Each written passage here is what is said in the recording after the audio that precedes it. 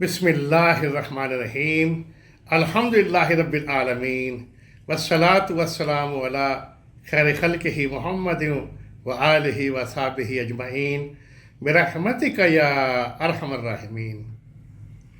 السلام علیکم ورحمۃ اللہ وبرکاتہ۔ آج ایک بہت ہی اہم جو ہے نظر بد دور کرنے کا مجرب عمل میں پیش کر رہا ہوں۔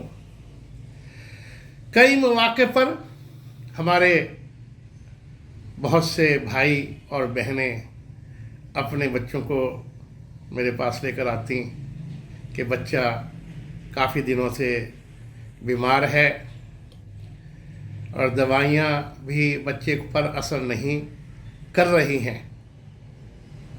بچے کا نام اور ماں کا نام لے کر جب تفصیل چیک کی کرتے تو پتہ لگتا کہ بچے کو نظر بد یا نظر لگ گئی ہے۔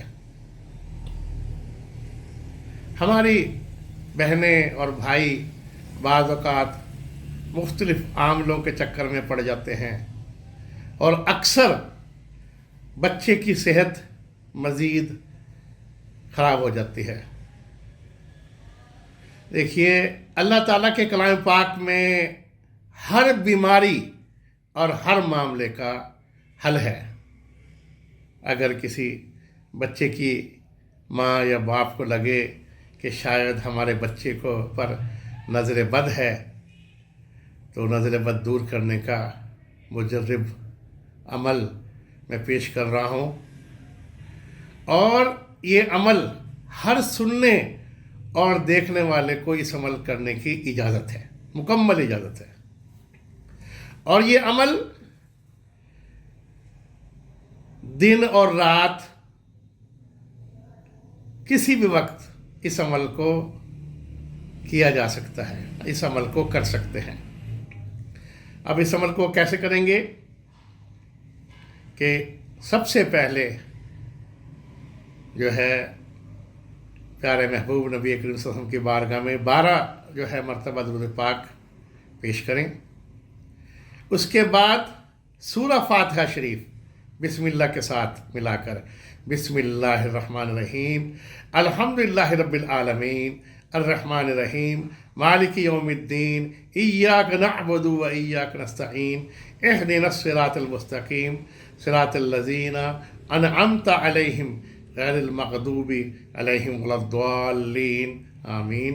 یہ جو ہے بسم اللہ کے ساتھ 12 مرتبہ سورہ فاتحہ شریف پڑھیں، ٹھیک ہے جی۔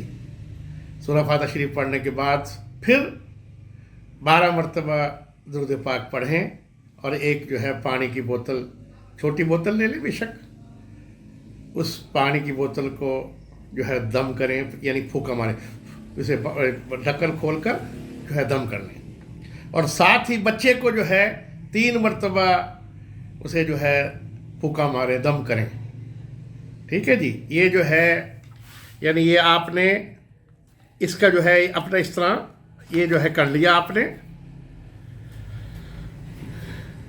اس کے بعد یہ ہے کہ بچے کو پانی پلائیں، اور یہ پانی جو ہے کوشش کریں کہ دن میں 3 مرتبہ جو ہے بچے کو یہ پانی پلائیں، اور یہ عمل 5 دن کریں۔